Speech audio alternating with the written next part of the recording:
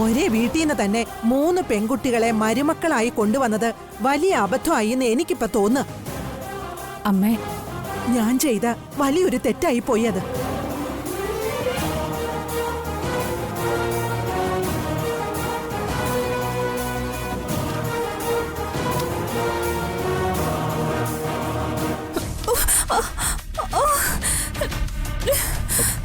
എന്താ ജിതേ?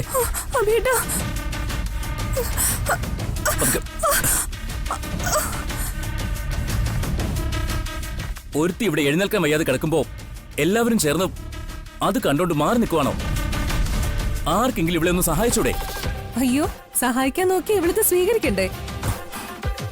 എല്ലാവരും ഒറ്റക്കെട്ടായി എപ്പോഴും അഞ്ജിതയെ പ്രയാസപ്പെടുത്തുന്നത് അതത്ര നല്ലതല്ല. അത് പൊറുക്കാനാവാത്ത തെറ്റാ. മോനെ, അഞ്ജിതയോട് ഇവിടെ ആരെന്ത് ചെയ്തു എന്നാ നീ പറയുന്നേ? ഞാനൊന്നും പറയുന്നില്ല. എന്തായാലും ഇതിനൊക്കെ വല്യമ്മ കൂടി ഒത്താശ ചെയ്ത് നിൽക്കുമെന്ന് ഞാൻ വിചാരിച്ചില്ല. അഭി, അഞ്ജു വാ പോവാം.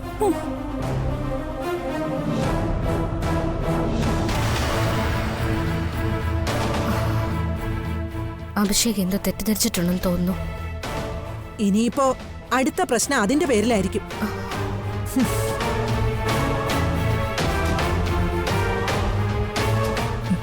ചേച്ചി,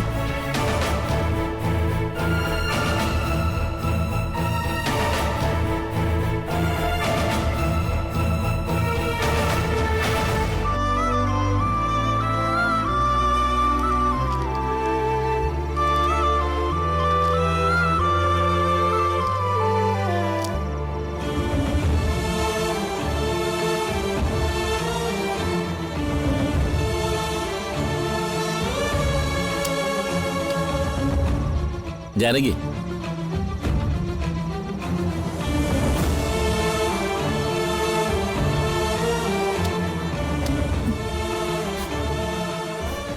എന്തു പറ്റി? ഒന്നുമില്ല. എന്താടോ, എന്താ തന്നിങ്ങനെ വിഷമിച്ചിരിക്കുന്നത്? ഒന്നുമില്ല. അത് വെറുതെ എന്തോ കാര്യമായ പ്രയാസമുണ്ട്. താനതില്ല എന്ന് പറഞ്ഞാലും ഈ മുഖത്ത് ആ സങ്കടം തെളിഞ്ഞു കാണുന്നു. എന്താ വിഷയം? ആരാണ് എന്റെ ജാനകിക്കുട്ടിയെ വിഷമിപ്പിച്ചത്?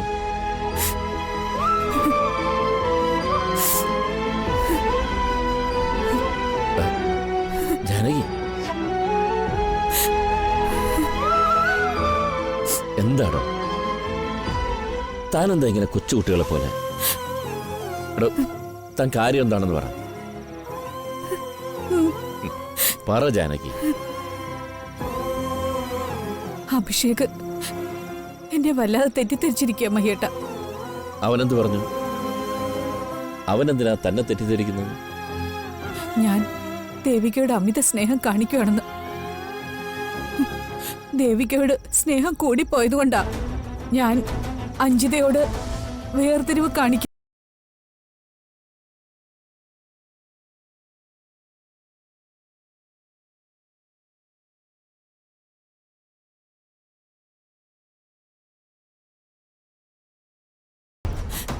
തെറ്റുകൾ കണ്ടപ്പോ ഞാൻ ശാസിച്ചിട്ടുണ്ട്. ഇപ്പോഴും ഞാൻ അവളെ ശാസിച്ചു. എന്റെ മകളായാലും ഞാൻ അതേ ചെയ്യൂ. അതിന് കാര്യം തിരിച്ചറിയാതെ അഭി എന്നെ കുറ്റപ്പെടുത്തിയത്. ഇപ്പൊ എന്താ സംഭവിച്ചത്?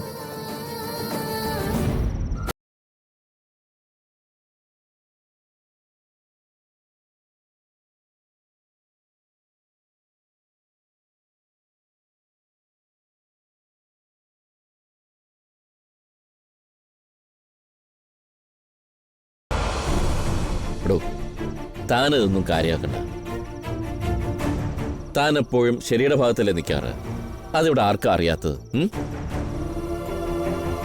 അഞ്ജിതയോടുള്ള സ്നേഹക്കൂടുതൽ കൊണ്ടായിരിക്കും അഭി അങ്ങനെ തെറ്റിദ്ധരിച്ചത്.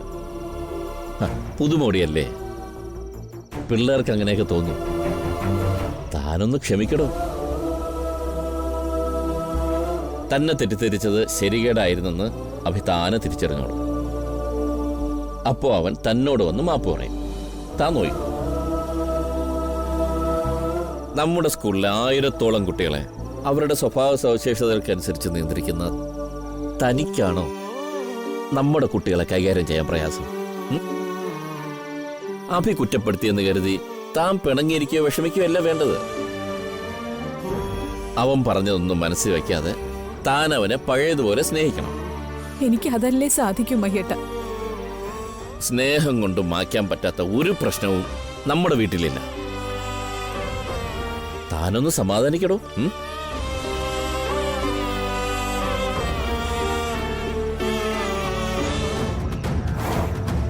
ഒരു പ്രധാനപ്പെട്ട കാര്യമാണ് ഞാൻ നിങ്ങളോട് പറയാൻ പോകുന്നത്. ദേവിക സിദ്ധുവിന്റെ ശത്രുവിനെ തേടിയുള്ള അന്വേഷണം ആരംഭിച്ച സ്ഥിതിക്ക് ഇനിയും നമ്മൾ കാത്തിരുന്നാൽ അത് നമുക്ക് തന്നെ ആപത്താവും. നമ്മൾ ആഗ്രഹിച്ചതുപോലെ പൊന്നാരം തോട്ടത്തെ സ്വത്തുക്കളും ബിസിനസ്സും ഒന്നും നമുക്ക് പിന്നീട് കിട്ടില്ല. അതുകൊണ്ട് എത്രയും പെട്ടെന്ന് സകലതും സ്വന്തമാക്കണം.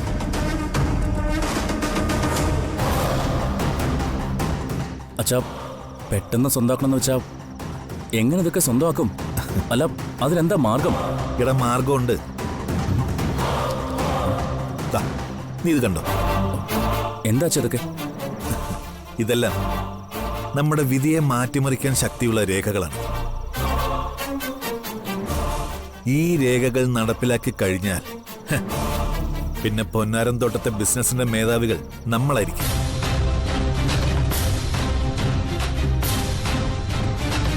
കമ്പനിയുടെ ഓഹരികൾ നോക്കിക്കഴിഞ്ഞാൽ അതിൽ ഭൂരിഭാഗം ഷെയറുകളും ഋഷിയുടെയും സിദ്ധുവിന്റെയും പേരിലാണ്. സിദ്ധുവിന്റെ അവസ്ഥ ഇങ്ങനെ ആയതുകൊണ്ട് സൈനിങ് അതോറിറ്റിയായി ദേവികയെ ചേട്ടൻ നിയോഗിച്ചിട്ടുള്ളത്. എന്റെ നിന്റെയൊക്കെ പേരിൽ വെറും 10% ഷെയറുകൾ മാത്രമേ ഉള്ളൂ.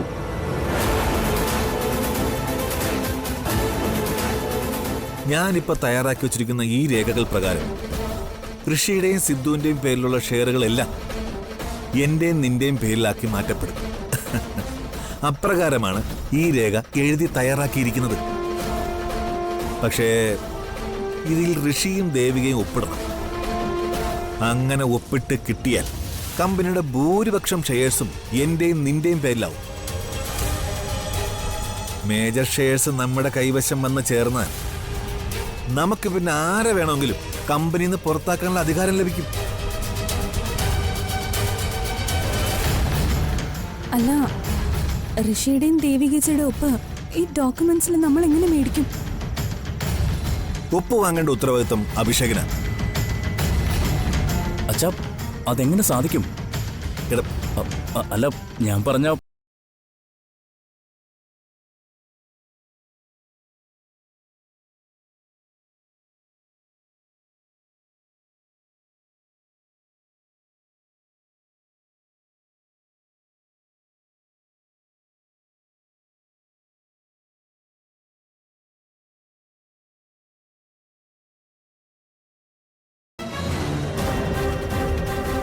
തന്ത്രപൂർവ്വം നീ ഇതിൽ ഒപ്പിട്ട് വാങ്ങിക്കണം. ഋഷിയും ദേവിക്ക് നിന്നെ കണ്ണടച്ചല്ലേ വിശ്വസിക്കുന്നത്. ആ വിശ്വാസം നീ മുതലെടുക്കണം. ഈ ഡോക്യുമെന്റ്സ് നീ അവരെ കാണിക്കുമ്പോ സാധാരണഗതിയിൽ അവർ ഇതേക്കുറിച്ച് കൂടുതലൊന്നും കുത്തിക്കിഴിച്ച് നിന്നോട് ചോദിക്കാൻ സാധ്യതയില്ല. ഇനി അഥവാ എന്തെങ്കിലും ചോദ്യങ്ങളുമായി അവർ വന്നാൽ അതിനുള്ള അവസരം നീ ബുദ്ധിപൂർവ്വം ഒഴിവാക്കണം. എടാ, ഞാൻ പറയുന്നത് നിനക്ക് മനസ്സിലാവുന്നുണ്ടോ?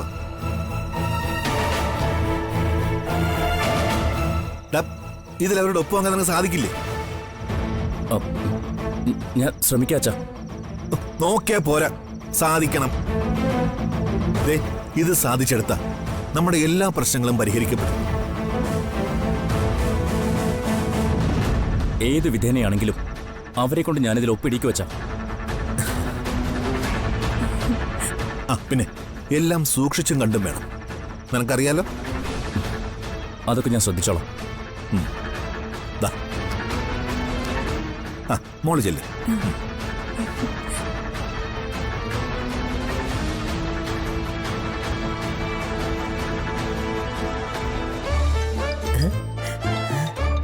ഇവിടെ ഇരിക്കേ.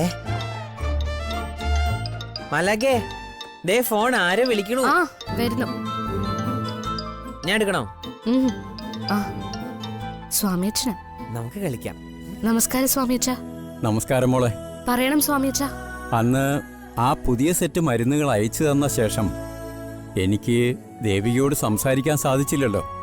അതാ ഇപ്പൊ വിളിച്ചത്. സ്വാമിയച്ഛനെ വിളിക്കണം എന്ന് ഞാനും കരുതിയതാ. പക്ഷെ ഇവിടത്തെ തിരക്കുകൾ കാരണം എനിക്കും അത് സാധിച്ചിരുന്നില്ല. ആട്ടെ, സിദ്ധുവിനിപ്പോ എങ്ങനെയുണ്ട്? ആ മരുന്നുകളൊക്കെ മുടങ്ങാതെ കൊടുക്കുന്നുണ്ടോ?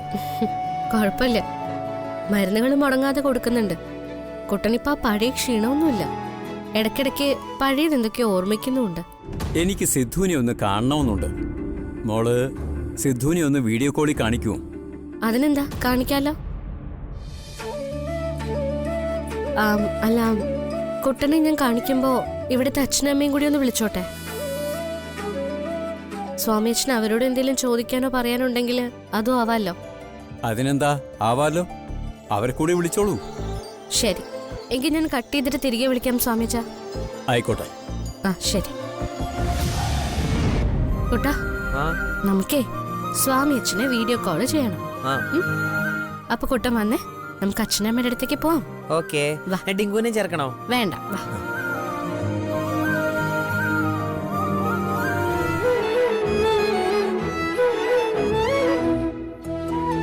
അമ്മേ. എന്താ മോളെ? അമ്മേ, മേഘമലയിൽ നിന്നും സ്വാമിയച്ഛൻ വിളിച്ചിരുന്നു. പുതിയ മരുന്ന് കൊടുത്തിട്ട് കുട്ടൻ എങ്ങനെയുണ്ടെന്ന് അറിയാനാ വിളിച്ചത്. എന്നിട്ട് സ്വാമിയച്ഛനെ കുട്ടനെ വീഡിയോ കോളിൽ കാണണമെന്നും പറഞ്ഞു. നീ എന്നിട്ട് കാണിച്ചു കൊടുത്തോ? ഇല്ല, ഞാൻ കരുതി ആ കോളില് അച്ഛനെയും അമ്മയും കൂടി ഉൾപ്പെടുത്താമെന്ന്. നിങ്ങൾക്കും സ്വാമിയച്ഛനോട് സംസാരിക്കാമല്ലോ. അതുകൊണ്ട് സ്വാമിയച്ഛനോട് ഞാൻ തിരികെ വിളിക്കാമെന്ന് പറഞ്ഞു. നമുക്കൊരുമിച്ച് സ്വാമിയച്ഛനെ വിളിച്ചാലോ? അതിനെന്താ, വിളിക്കാലോ. കുട്ടനെ കുറിച്ച് സ്വാമിയച്ഛൻ എന്താ പറയുന്നെന്ന് ഞങ്ങൾക്കും കൂടെ കേൾക്കാമല്ലോ. അതെ മോളെ, മോള് വിളിക്കേ. ആ ശരി. ആ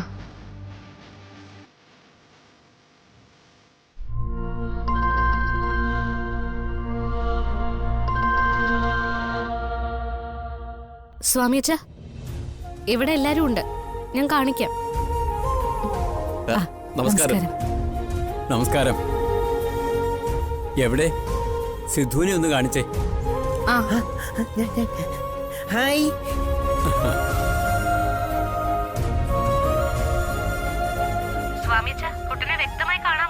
ഉവ്വ് കാണാം. കുട്ടന് ഞാൻ പറയുന്നത് കേൾക്കാമോ? കുട്ടന് സുഖമാണോ? സുഖ. കുട്ടനോട് ഞാൻ ഒന്ന് രണ്ട് കാര്യങ്ങൾ ചോദിക്കട്ടെ? ആ ചോദിച്ചോ.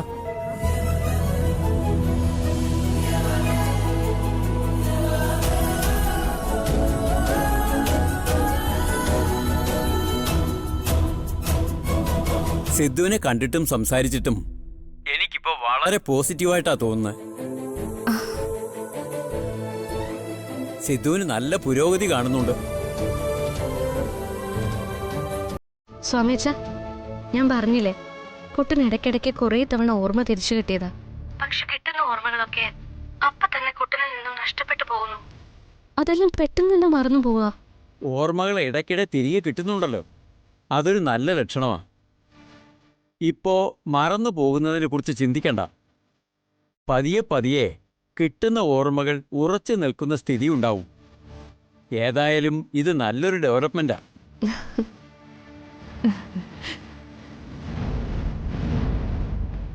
അസുഖം പൂർണ്ണമായും ഭേദമാകുന്നതിനായി ഇനി ഒരുപാട് നാൾ കാത്തിരിക്കേണ്ടി വരുമോ സ്വാമിയച്ഛ? ഏയ്, അധികം കാത്തിരിക്കേണ്ടിയൊന്നും വരില്ല. ഏറെ വൈകാതെ തന്നെ സിദ്ധുവിൻ്റെ അസുഖമൊക്കെ മാറി പഴയ സിദ്ധുവായി തിരികെ വരും. വെളുത്തവാവ് അടുത്ത് വരികയാണ്. ഈ വരുന്ന വെളുത്തവാവ് ദിവസം ഞാൻ എങ്ങനെയും ആ മനോരഞ്ജിത പുഷ്പം അവിടേക്ക് എത്തിക്കാം.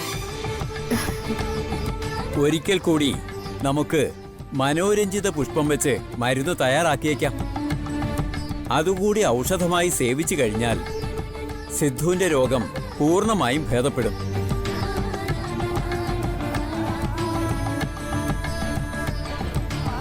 ദൈവം അനുഗ്രഹിച്ചാൽ 2 ആഴ്ചയ്ക്കുള്ളിൽ നമുക്ക് സിദ്ധുവിനെ പഴയ നിലയിൽ എത്തിക്കാൻ സാധിക്കും.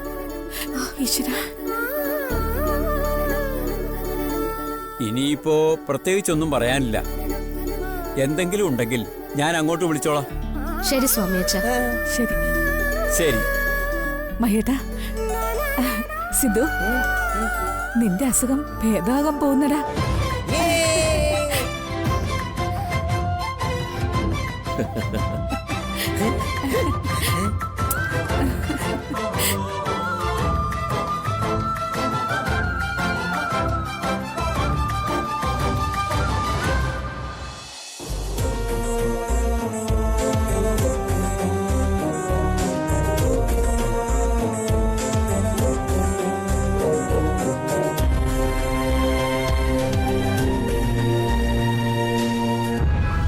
ഡാ,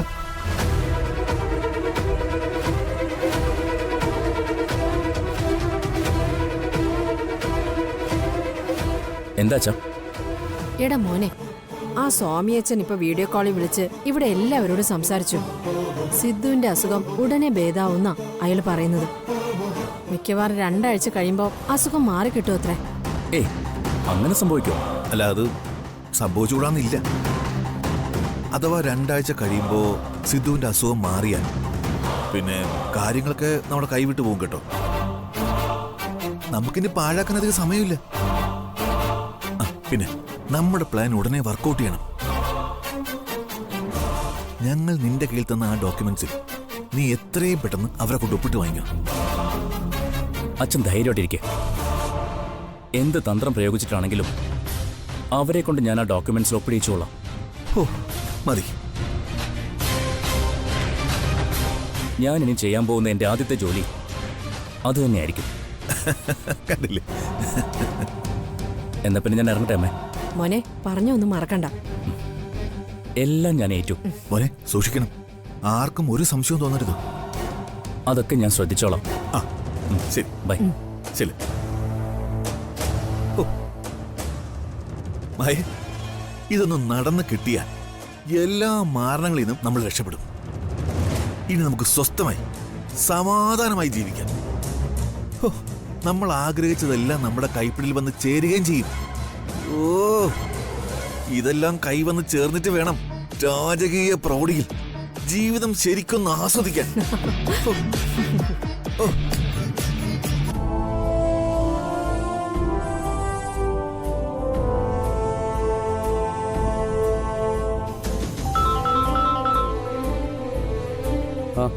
എന്താ ഗോപിയെ? ഹലോ ഋഷി, നീ കാര്യം എന്താന്ന് പറഞ്ഞു. എന്താ കാര്യമൊന്നോ? ഋഷി എന്തിനിപ്പ അങ്ങനെ ചോദിച്ചേ? എന്താ എന്റെ അർത്ഥം? നീ കാര്യം എന്താന്ന് വെച്ചാ പറ ഗോപിക. ഞാൻ കുറച്ച് തിരക്കിലാ ഇവിടെ. അതുകൊണ്ട് ഞാനെന്ത് വേണം? അപ്പോയിന്റ്മെന്റ് എടുത്ത് കാത്തിരിക്കണോ? ഗോപിക, നിനക്ക് പറഞ്ഞാൽ മനസ്സിലാവില്ലേ? വെറുതെ സംസാരത്തിന് നിൽക്കാതെ കാര്യം എന്താന്ന് വെച്ചാ പറ. എന്റെ ഭർത്താവിനോട് സംസാരിക്കാൻ എനിക്ക് പ്രത്യേകിച്ച് എന്തെങ്കിലും കാരണം വേണോ?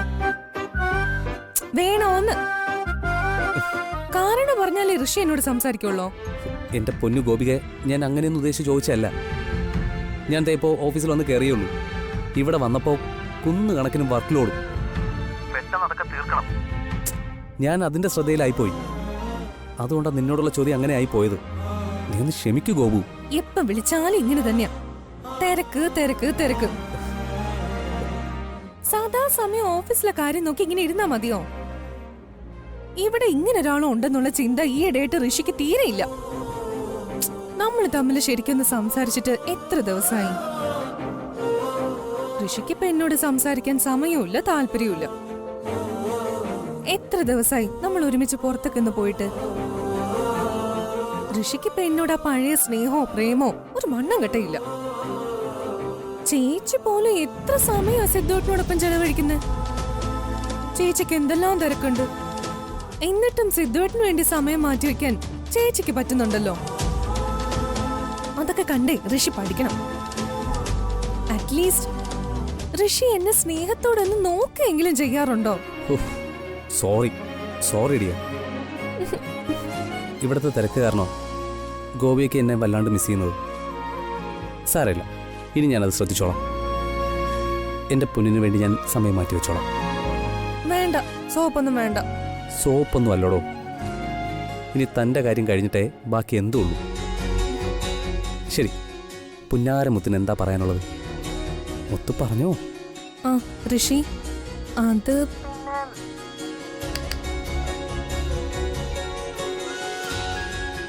ഗോപു ഒരു സെക്കൻഡ് ഒന്ന് ഹോൾഡ് ചെയ്യണേ. ഇവിടെ ആരോ വന്നിട്ടുണ്ട്, ഞാൻ നോക്കട്ടെ. Yes, come in. ആരാ? ഗോപിക, ഒരു മിനിറ്റ്. ഗോപു, ഇവിടെ അത്യാവശ്യം ജോലിയുണ്ട്, ഞാൻ വിളിക്കാവേ. ഋഷി, ഫോൺ ഫോൺ.